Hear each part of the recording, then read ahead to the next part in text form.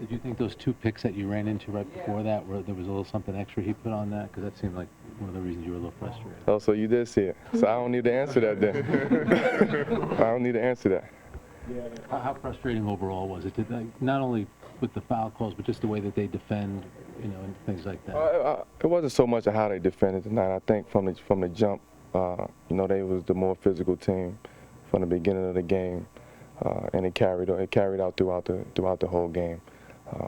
It kind of got to us a little bit. We reacted rather than coming out from the jump being a more aggressive team, and we found ourselves in a hole. And by the time we tried to be aggressive, it was a little bit too late at that point in time. Melo, it seemed like only you and JR were really scoring a lot tonight. Do you feel an extra pressure to score more because some of your teammates were not? Well, I mean, tonight we didn't shoot the ball well, especially in the first half. We had shots, we missed a lot of open shots, missed a lot of chip-in shots, shots that we normally make. So when you don't make shots, and you're not stopping the other team, it kind of makes it hard out there on the court. You guys have won a lot when leading after the first quarter, almost all your games in that case, about 500 when you don't. Lately, you haven't started so well in the first quarter. Why the reason for that? We will Sunday. We will Sunday. Well, I'm not worried about that. Did you watch the end of the game right from this room? Yeah, I watched the end of the game. We fought. The guys that was out there fought. There's nothing much you can say about that. What's it like when you're sitting in here and you start seeing other guys joining you? I was actually in here, then I just heard the crowd screaming and yelling. Then I walked to the hallway and Woody was walking back. Then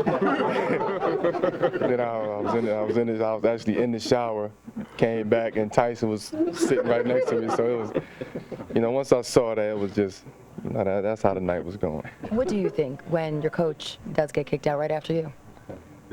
Something got to be wrong, because usually the coaches know when to stop. The other coaches out there, the players usually hold the coach back, but like I said, it was one of them nights.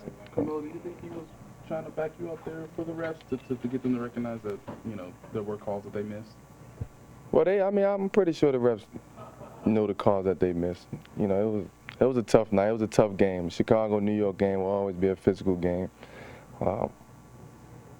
We see them again January 10th, though, back here in the Garden. We will be prepared for that. So. How's your ankle doing after 2 games? My ankle is fine. Everything is fine. I'm healthy. I'm good. Was there anything particular Noah did defensively to take things away from you guys?